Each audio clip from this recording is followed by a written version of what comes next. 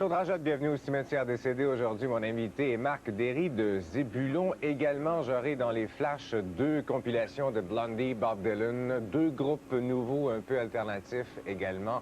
Aussi un nouveau duo britannique qui s'appelle Portishead. Et on reste en Angleterre pour la première critique. C'est le nouveau disque de King Crimson qui vient de sortir il y a quand même peut-être à peu près un mois. C'est Cargo au Canada qui importe la copie américaine de Vroom. Et c'est pas vraiment un album complet, c'est plus un mini-album parce qu'il dure une trentaine de minutes.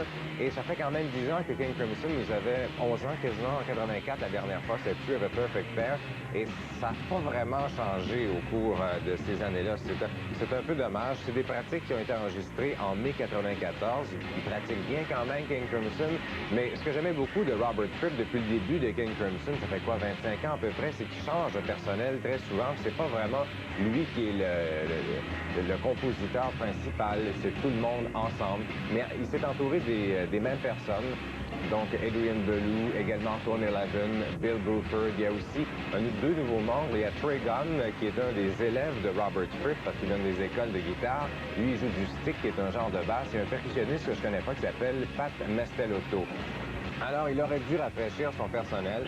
C'est les mêmes sons qu'on connaît de King Crimson. Il faut vraiment beaucoup aimer King Crimson pour se procurer ce disque-là, qui est 30 minutes et qui se vend assez cher, quasiment le prix d'un album. C'est mi-chanté, mi-instrumental. La chanson que j'ai aimée, moi, c'est One Time. Et mais il y a un vrai album qui s'en vient au printemps. J'espère que ça va être meilleur. Moi, ça m'a déçu. Je suis un fan de King Crimson, comme cote à peine 5 sur 10. Voilà pour les amateurs de King Crimson. On n'a pas de clip, on regarde, on écoute plutôt un extrait de la chanson titre.